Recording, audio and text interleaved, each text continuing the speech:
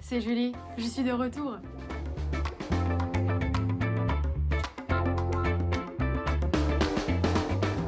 Et aujourd'hui, avec ma série sur l'ascendant.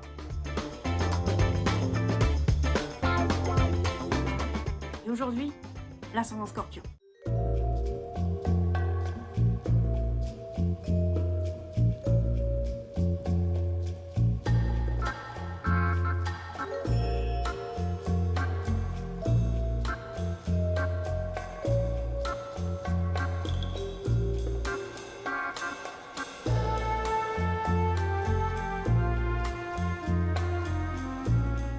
Alors si tu ne le sais pas encore, le prochain signe traité est tiré au sort par des mains innocentes et chaque signe est annoncé en avant-première le jour de la sortie de l'épisode précédent. Donc c'est-à-dire au moment où je publie cette vidéo, l'annonce a été faite sur le compte Instagram de la chaîne. Donc n'hésite pas à aller la suivre pour plus de contenu d'astrologie qui complète les vidéos.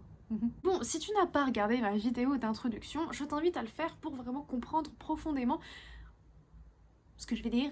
Déjà pour commencer, le Scorpion, comme le Bélier pour notre épisode précédent, est gouverné par la planète Mars, c'est-à-dire la planète de la motivation, de la colère, de la guerre, de l'attaque et de la détermination. Mais contrairement au Bélier, le Scorpion est aussi gouverné par la planète Pluton, celle qui représente tout ce qui est caché, le contrôle, le pouvoir, la transformation. Et donc, tu l'auras compris, le Scorpion a toutes ces énergies-là mélangées en lui. L'ascendant, comme je l'ai dit dans ma vidéo d'introduction, représente les outils que nous allons utiliser pour gérer une difficulté quand une se présente dans notre vie. Et donc là, l'ascendant Scorpion, lui, ce qu'il va faire quand il se trouve face à une situation compliquée, il va se mettre à analyser la situation dans les moindres détails et dans son ensemble, de sorte à avoir une compréhension complète de la situation pour ensuite agir. On est vraiment ici sur un signe très analytique, c'est même presque l'archétype de l'enquêteur.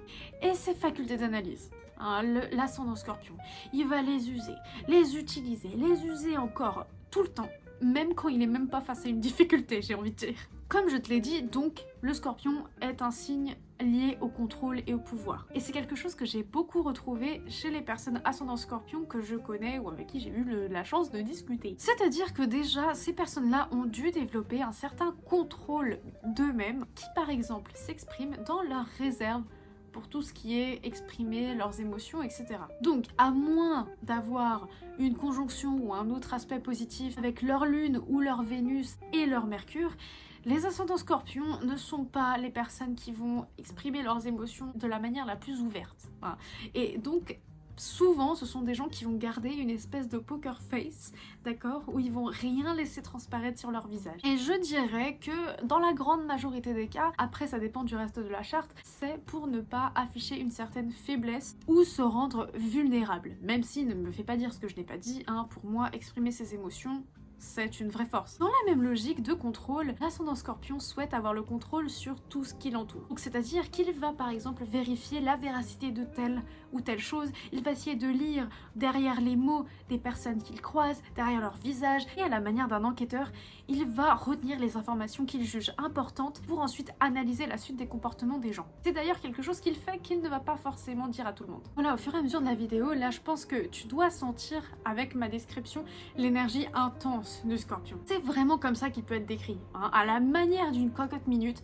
Genre, il y a plein d'énergies émotionnelles qui vont dans tous les sens à l'intérieur de lui, mais c'est quelque chose qui garde comme ça, qui l'enferme et qui sort des fois, mais surtout sous la forme de colère. À la différence du Bélier qui, lui, peut s'énerver d'un coup, mais oublier son énervement aussi vite, l'ascendant Scorpion, c'est différent.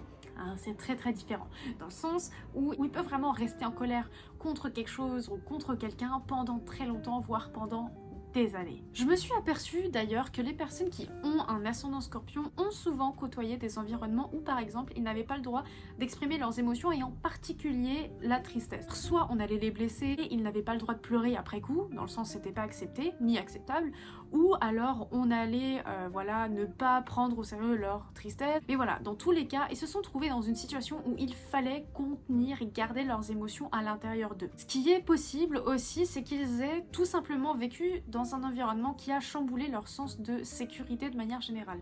Donc ça peut être de la violence physique ou de la violence psychologique, ça peut être aussi être dans un environnement qui n'était pas stable, où ils ne se sentaient pas en sécurité émotionnellement parlant ou physiquement parlant. Et c'est donc en conséquence de ça qu'ils ont développé cette recherche du contrôle absolue. Dans tous les cas, avec ce signe, souvent c'est la peur qui est derrière, qui dirige tous ses comportements. Si jamais la personne ascendant Scorpion ne s'est pas penchée sur ces questions-là, sur ces tendances-là, c'est possible que cette peur soit devenue chronique, dans le sens où c'est devenu un réflexe et une habitude psychologique. S'il veut se rééquilibrer, s'il sent qu'il en a besoin, l'ascendant Scorpion devrait commencer par déjà étudier les caractéristiques de son ascendant opposé, à savoir l'ascendant Taureau.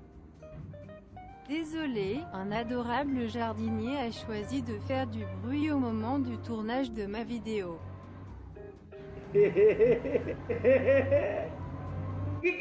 En effet, l'énergie du taureau est très ancrée dans le présent et dans la réalité. Et du coup, si l'ascendant Scorpion peut apprendre à sortir de sa tête, à sortir de ses peurs et à revenir dans le moment présent, ça peut lui faire vraiment du bien. Parce que le truc, c'est que si jamais il n'est pas conscient de tout ça, il peut tomber dans le cercle vicieux qui est de toujours croire qu'il y a quelque chose qui va pas, de toujours chercher s'il n'y a pas quelque chose qui cloche, de vouloir vérifier si tout va bien, etc. Et au final, ça l'enferme en fait. Un livre qui aurait un effet phénoménal, je pense, sur un ascendant Scorpion, ce serait Le pouvoir du moment présent d'Edgar Tolle. Tolle? Je ne sais pas comment on le dit. Into 50 languages, Eckhart Tolle. Ce livre parle de tous ces sujets-là avec une incroyable efficacité, une incroyable précision. Vraiment, ce livre est phénoménal. Dans l'impression qu'il donne, l'ascendant Scorpion est assez intimidant. Étant donné qu'il garde ses émotions pour lui et qu'il ne montre pas ce qu'il ressent, etc., les gens qui le rencontrent ne savent pas vraiment sur quel pied danser ni à quoi s'attendre. Mais ils sentent néanmoins cette énergie intense derrière. Alors à moins d'avoir un placement qui indiquerait le contraire, l'ascendant Scorpion c'est pas non plus l'ascendant le plus bavard. Donc ça contribue à créer sa légende. En plus de ça, souvent l'ascendant Scorpion a un regard intense et captivant. Et donc du coup ça fait qu'on n'est pas du tout sur une personne qui paraît timide, même si elle peut l'être. Les atouts qu'offre le fait d'avoir un ascendant Scorpion sont assez nombreux. Mais le premier qui me vient en tête, c'est vraiment celui de l'analyse en fait. Mais quel pouvoir! En fait l'ascendant Scorpion, il a vraiment la capacité de voir des choses que les autres n'auraient pas vues. D'accord? Et donc bon, ça implique vraiment à ce qu'il utilise cette capacité de manière consciente pour son bien, et c'est vraiment quelque chose qui peut le permettre d'aller plus vite que les autres, au sens où par exemple, il peut vraiment sentir ce que veut une personne et répondre à ce besoin ou agir en conséquence. Il peut discerner les non-dits, etc.